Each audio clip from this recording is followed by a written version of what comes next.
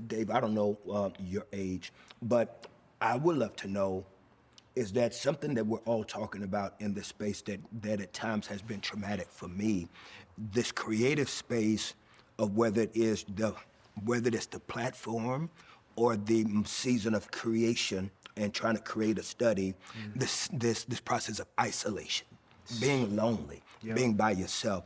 I have found that in my journey a lot, sometimes it is traumatizing. It's because when you're writing, you're by yourself. When you're trying to create, you're by yourself. When you're trying to go through your spiritual process, you're by yourself. And you look up and sometimes you spend a lot of time by yourself.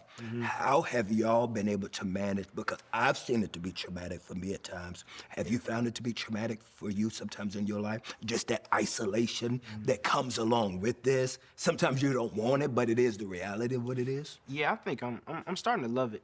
You know, at Really? first it was like, cause I'm a family man. I come from a big family, and it was becoming weird to create them boundaries to say, hey, nobody comes to my house but me. You know what I mean? It just is. I'll meet family or other people at certain spots. We can designate a place to meet, but my home became a sacred place for me. You know, and I started to enjoy it. And then as I grew spiritually and grew in my spirit, like I started to really feel who I was inviting over, and like, nah, I can't have this, because everything around me it matters. You know, if somebody's fighting or somebody's doing something they ain't supposed to be doing, it's all gonna come back to me. And I've managed to keep my name clean. I've managed to stay out of trouble, and sometimes that trouble could just be a circle, you know, and you don't even know until something pop off. You know what I mean? So it's important that who I'm dating, when I'm out and about, I stopped going to clubs. I don't even take club dates no more. Like, I just was like, I don't feel like I'm growing here. I'm drinking, I'm partying with women. I don't even, you know what I mean?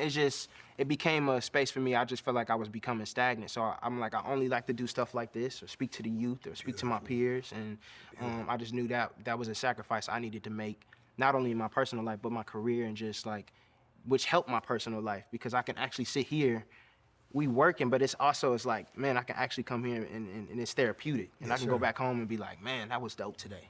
You know what I'm saying? So that's a big thing for me. So it started off traumatic, but I think anything on the other side of trauma is bliss and blessing. That's good. You know? That's good.